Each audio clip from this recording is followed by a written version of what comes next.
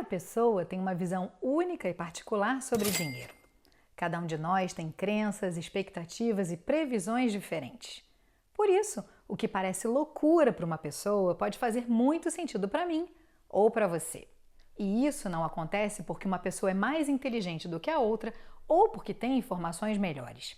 É porque a gente tem vidas diferentes, moldadas por experiências diferentes. Estudar sobre finanças faz a gente ter a sensação de que entendemos sobre o assunto. Por outro lado, é muito difícil entender o suficiente para que isso mude o nosso comportamento se a gente não sente na pele aquilo que a gente estuda. Toda decisão financeira que a gente toma é fruto da informação que a gente tem à disposição no momento, somada ao nosso modelo mental único sobre a forma como o mundo funciona. Em outras palavras, cada decisão financeira que a gente toma faz sentido para a gente naquele momento e está de acordo com os parâmetros que a gente determina. Ou seja, é só a gente contar para nós mesmas uma história sobre o que estamos fazendo e definir na nossa cabeça se a decisão que a gente está tomando é certa ou errada e pronto. E esse é o grande mistério quando o assunto é psicologia financeira. Como tomar boas decisões quando o assunto é dinheiro. Para você ter uma ideia de como esse assunto é interessante e complexo, um americano médio gasta mais com bilhetes de loteria do que os valores que gasta com filmes, videogames, música, eventos esportivos e livros somados. Em sua maioria, quem compra esses bilhetes são pessoas de baixa renda e eles gastam em média $412, o equivalente a R$ 2.500 por ano em bilhetes de loteria, 4 vezes o valor gasto pelas famílias de alta renda. A questão toda aí é que 40% dos americanos não conseguem dispor de $400 em uma emergência. Ou seja, eu gasto $400 contando com a sorte e quando a sorte me faltar, não tenho como pagar. O que acontece aí é que para uma pessoa de baixa renda é tão improvável guardar dinheiro ou ter um aumento de salário que comprar um bilhete de loteria se torna o único momento da sua vida em que ela pode sonhar de modo palpável em conquistar as coisas que tanto deseja. E isso motiva essas pessoas a continuarem comprando bilhetes ao invés de investir esse mesmo valor pensando no futuro. Só que o mais importante é entender o que motiva uma pessoa a agir dessa forma e a ter esse comportamento. O conceito de o que você está fazendo parece loucura para mim, mas de certa forma eu entendo, expõe a origem de muitas das nossas decisões financeiras. Por isso, compreender como a gente age quando o assunto é dinheiro ajuda a gente a entender melhor as nossas escolhas e revê-las sob um novo ponto de vista quando a gente quer modificar o nosso comportamento com relação às finanças. O mais interessante aí é entender o quanto a psicologia financeira é um assunto recente, por mais que o dinheiro em si seja um tema histórico. O dinheiro circula entre nós há muito tempo. Acredita-se que tenha sido o rei Alíates, da Lídia, parte atual da Turquia, quem criou a primeira moeda oficial por volta de 600 a.C. Só que os fundamentos modernos das decisões financeiras, poupar e investir, têm por base conceitos que ainda estão engatinhando no tempo. E mais do que isso, falar sobre psicologia financeira não é só falar sobre poupar e investir, mas também sobre sorte e risco. Quando perguntaram ao economista Robert Shiller, ganhador do Nobel de Economia em 2013, o que ele gostaria de saber sobre investimentos que ainda não foi descoberto, Shiller respondeu o papel exato que a sorte desempenha em resultados bem-sucedidos. A famosa revista Forbes não coloca na capa os investidores falidos que tomaram boas decisões, mas que ainda assim experimentaram o lado infeliz do risco. Ela quase sempre coloca os investidores ricos que tomaram decisões corretas ou até mesmo imprudentes e tiveram sorte.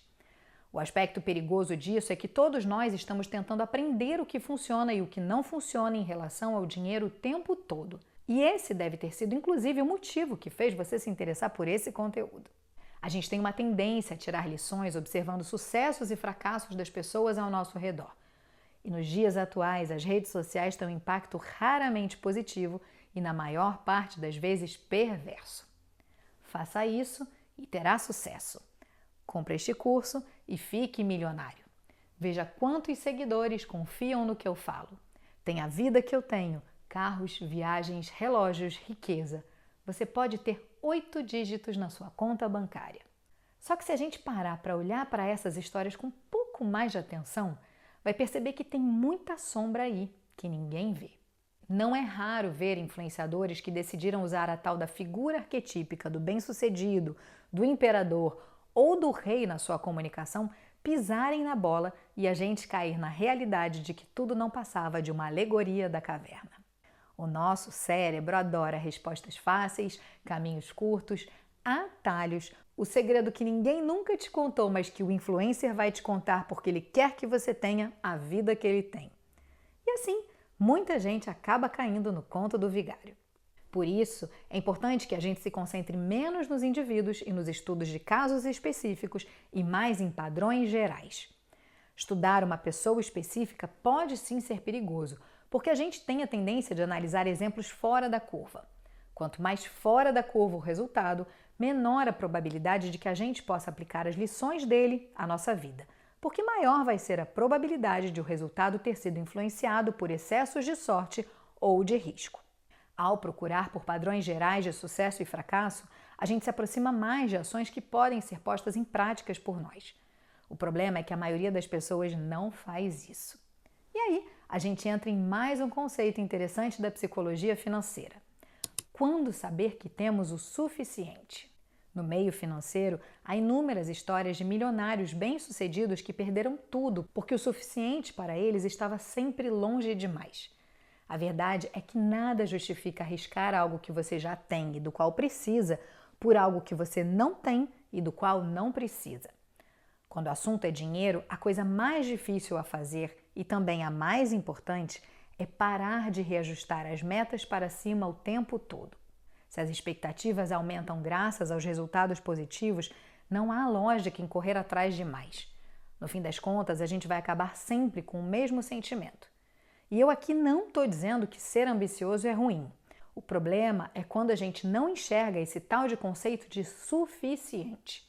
É perigoso quando o desejo de ter mais dinheiro, mais poder, mais prestígio, faz a ambição crescer a uma velocidade maior do que a satisfação.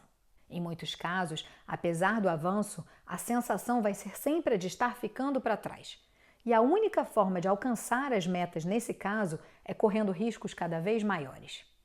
Fácil falar, né? Mas como fazer isso em um contexto onde o capitalismo moderno é ótimo em fazer duas coisas: gerar riqueza e gerar inveja? E assim, a gente volta à importância de saber o que é suficiente para nós. Reputação é algo inestimável. Liberdade e independência são inestimáveis. Família e amigos são inestimáveis. Ser amado por aqueles que a gente deseja que nos ame é inestimável. Felicidade é inestimável. E a melhor maneira de manter tudo isso é saber a hora de parar de correr riscos que possam ameaçar nossas reais conquistas. É saber quando a gente tem o suficiente. E aí a gente volta ao que eu já comentei por aqui sobre a importância de estudar sobre padrões de sucesso. Claro que quando o assunto é finanças comportamentais, a gente não pode deixar de falar de Warren Buffett, tomando suas características e personalidade como um padrão de sucesso. Aliás, eu já falei bastante sobre ele em um conteúdo bem interessante por aqui sobre astrologia financeira. Vou deixar o link na descrição para você assistir depois. Buffett começou a investir quando ainda era criança. A parte mais considerável do seu patrimônio foi conquistada depois dos 50 anos de idade. O que faz dele um investidor fenomenal e um padrão de estudo é o fato de Buffett fazer isso há 3/4 de século. Em termos práticos, todo o sucesso monetário de Warren Buffett pode ser vinculado à base financeira que ele construiu na adolescência e à longevidade que ele manteve durante a terceira idade. Consistência e tempo. Sua habilidade é saber investir, mas seu segredo é o tempo. E aí, eu imagino que você, que já pode ter passado dos 40 como eu, deve estar se perguntando: Thalete, mas como fazer agora se eu não pensei em tudo isso lá atrás? Existe um ditado que diz que existem somente 2 momentos para realizar feitos importantes na vida. O primeiro está no passado, já passou, não volta atrás. E o segundo é agora. No próximo vídeo dessa playlist, a gente vai continuar falando sobre finanças comportamentais e entender como mudar a nossa percepção sobre o dinheiro. Um bom investimento não tem a ver necessariamente com tomar boas decisões, mas sim com ser consistente em não errar.